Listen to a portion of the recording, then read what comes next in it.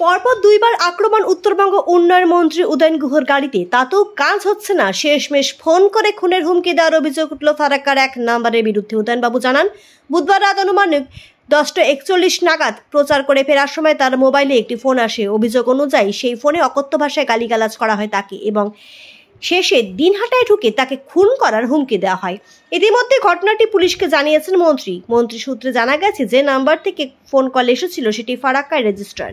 গোটা ঘটনা তদন্ত করেছে পুলিশ। রাজ্য পুলিশের ওপরই আশা রাখছে মন্ত্রী উদয়ন গুহ। কাল রাত্রে 10:41 আমি তখন প্রচার করে ফিরছি, সেই সময় আমার মোবাইলে একটা আননোন কল আসে। আমি তো আমার ফোন ধরি সবসময়, কে করলো না করলো, তো ফোনটা ধরার সাথে সাথে প্রথমে বললো কে বলছে, না কে বলছি মানে ফোন করলে আপনি, আর আমি বলবো যে কে বলছে।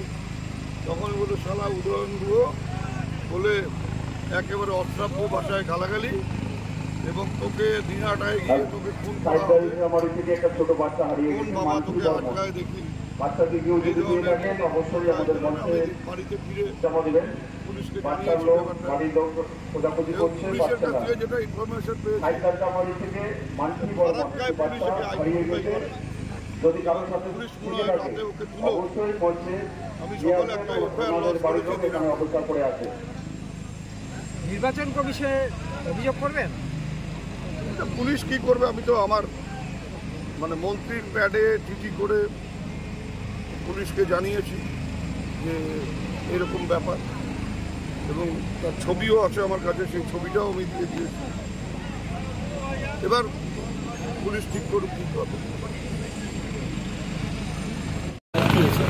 কাল রাত্রে 10:41 আমি তখন প্রচার করে ফিরছি, সেই সময় আমার মোবাইলে একটা আননোন কল আসে।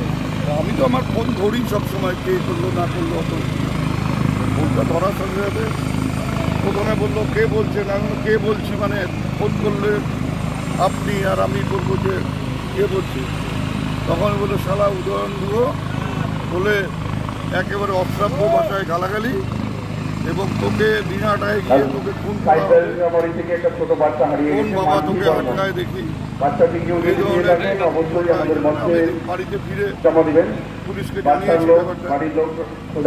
পুলিশের কাছ থেকে যেটা ইনফরমেশন পেয়েছি, ফারাক্কায় পুলিশ একে আইডেন্টিফাই করে।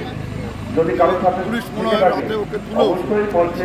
আমি সকালে একটা এফআইআর লঞ্চ করেছি।